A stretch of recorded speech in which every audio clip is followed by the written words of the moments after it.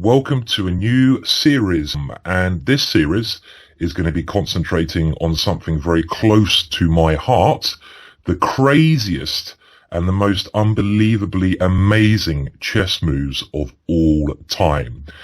Now, as a chess player, I love the beauty and the art involved with seeing certain patterns on the board, and that's what I'm going to try to share with you now. I'm going to try to share with you some themes and some beautiful ideas that I've seen during the course of my chess career. Now, of course, a lot of these puzzles and these positions I'm going to show you are subjective. They're the ones that I think are the most beautiful moves ever. You might disagree. Let me know if you think I'm a fool in the comment section, but I'm sure you'll find some of the examples very nice indeed. So the first video in this series, I've coined the Morphy-Marshall legacy, and it's basically a pattern that has come about famously by Paul Morphy in this game we're going to look at here, then in the Marshall game, which we'll come on to very shortly. But you might recognize this pattern as we go through the 4 games I have prepared here. So in this position, the genius player Paul Morphy, or a lot of people do say is maybe the most talented player of all time, was playing with the black pieces. And here, he's just played his knight into d4, attacking the queen. White played queen to e4. And now we see a crazy move. Now, when I say a crazy move, all these moves throughout the series may look completely nuts. When you first look at them, you might be like, what is that? But then, as we explain them and we look a little bit deeper, we'll see that they're actually just pieces of brilliancies. They're genius-like moves, and that is the case here. It's black to move in this position, and you can play along as well at home. What move did black now play? So what move did Morphy play in this position? Well, in this position, Morphy played the stunning move knight to g3. And this looks kind of ridiculous when you first look at it, because that knight can be taken in a number of ways. But the real point behind this move is that the white queen is on pre. So unless white wants to lose the queen, white has to do something with the queen. And after a move such as queen takes g6, Morphy now had the fantastic idea of playing knight on d to e2 checkmate. And that is one beautiful checkmate, a very rare checkmate. So we'll shortly come to the next example in this first range of these videos. And in the next example, pay attention, because we're going to see this square that I'm highlighting here being used again. But this time, we're going to see it be used by Frank Marshall, another player who has, well, shall we say, an amazing legacy in chess. And that's what really all these examples in this first video are about. There's sort of similar themes, and they all involve a similar pattern with the G3 square. So let's bring up that second game now, and we'll have a look at it. So this second example is from another legendary chess player from America, Marshall, and in this position, he now continued with rook takes h3, which is a very good move because he's trying to divert the g2 pawn away from that square to free up the f3 square. So the black knight would then come into f3 with a devastating check. So Frank Marshall's opponent now played rook to c5. Now we're starting this series with probably positions and moves that you have seen before, and I understand that. So I'm sorry if you've seen this before, but some things are so beautiful they deserve to be seen twice at least, if not more. And this game famously was called the Golden Coin Game because the spectators watching this game after Marshall's next move apparently started to throw gold coins upon the chessboard. Something that unfortunately has never happened to me. I'm waiting for that occasion to occur.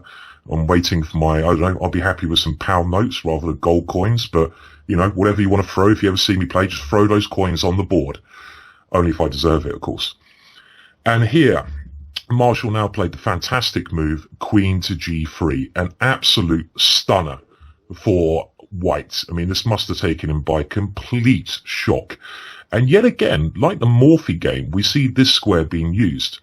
And the point of this tactic is, black is threatening queen takes h2 checkmate. If white takes the queen with the f-pawn, black can now checkmate in 2 moves, knight to e2 check, king to h1, rook takes f1, checkmate.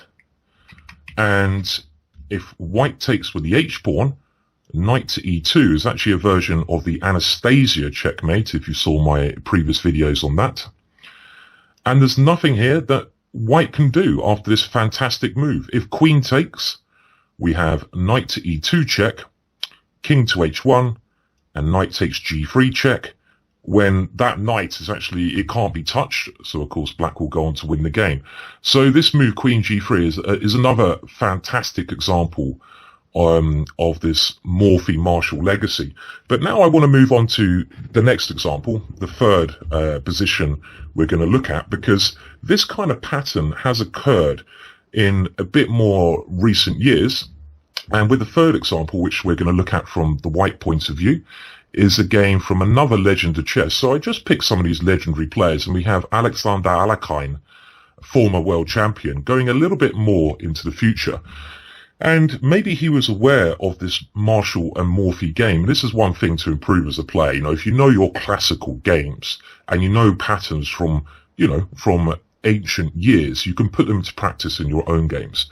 This was from a simultaneous, but it does not take away the beauty of what we're about to see and the craziness. So in this position, black played bishop to a6, and Alexander with the white pieces obviously has a fantastic attacking position. I mean, look at all the white pieces. They are swarming around the board. White is so well developed. And when you have this kind of build up of pieces against your opponent's very passive pieces, you should be looking for the knockout blow. And that is exactly the case here. And in this position, white now played the crazy looking but very logical move, queen to g6. In the style, as we see of that last example we looked at, in the style of Marshall and the style of Morphy. What is the idea? Well, the idea is to go queen takes g7 checkmate, which is very hard to stop. And it looks like this queen should be able to be taken, but what happens if the queen is taken? If we take with the h-pawn, we have this Anastasia checkmate, rook h3, thank you very much, checkmate. If after queen g6, black takes with the f-pawn, he's opening up this bishop to g8. And can you see the checkmate here? Knight takes g6. Put that in your pipe and smoke it. Pawn takes g6. And now again, rook to h3, this checkmate theme. So after queen g6, this fantastic move, black actually decided to resign. So another example from a world champion. And now I'm just going to show you one more case of this in the last game of this Morphy Marshall, shall we say, tactical idea. And this one is taken from a game between two much less well-known players. I haven't heard of either of these players, but the concept seen in this is the same. And again, one thing I really do have to stress to you, yes, I'm picking crazy moves here, but you can see a theme, you can see ideas in common with each of the moves I'm showing you. And when you're playing your own games at home, if you're playing in a tournament situation, the way to get better is to really, you've got to just start recognizing patterns, try to see these opportunities arise, because there is sort of this beautiful harmony between the chess pieces in all these examples. And the best chess players, they make it look so easy because their pieces move in harmony, like some beautiful piece of music in a way. And that's something you've really just got to look out for and recognize in your own games. Grab the opportunity when it's there. Now here, black played knight to c6. And this position is very interesting. White has this very weird rook over here, and he's clearly trying to attack. He now plays an amazing concept, which totally threw black. Knight on d to c4.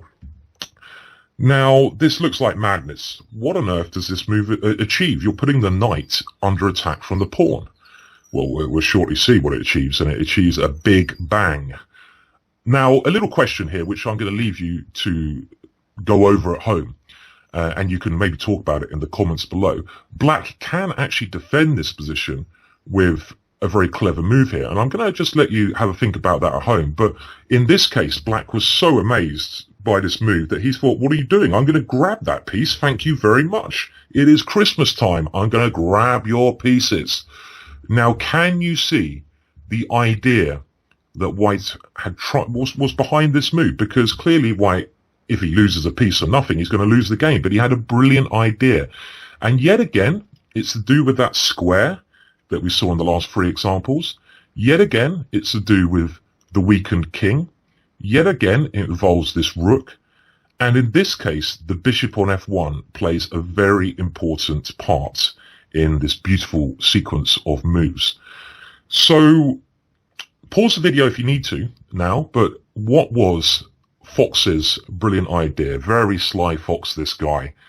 Well, his brilliant idea was queen takes g6. I mean, throw those gold coins on the table, please, sir. I mean, this is absolutely brilliant, and maybe my favorite example of this theme that we've seen, the Morphy Marshall legacy. What is the idea of this? Well, that queen has to be taken. It's too strong, yet again. If it's taken with the f-pawn, we can now see why White wanted to open up this square here. He wanted to open up this square so the bishop could fly in, bishop to c4 check. This check cannot be blocked, the king must move. If king to h8, what is the checkmate? This time it is knight takes g6, the h-pawn is pinned, checkmate. And if the king goes to f8, can you see the checkmate here? Knight takes g6 check, and after the forced move, rook to h8, that king is stuck in a horrible situation. So let's go back. After this amazing idea, queen takes g6, Black tried to take the queen with the h-pawn, and now knight takes g6. Absolutely brilliant. A stunning and well-worthy move, one of the maddest moves ever, and one of the most beautiful sequence of events to occur in a game of chess. The threat is rook to h8 checkmate. There's only one way to stop that, and like before, when Black does capture that one, the white bishop flies in with check, and we have the same sequence as before. So this is my first video on my maddest, the most beautiful moves ever played in chess. Now, I'd like you to discuss if you've had any moves like this, what your favorite moves from this series.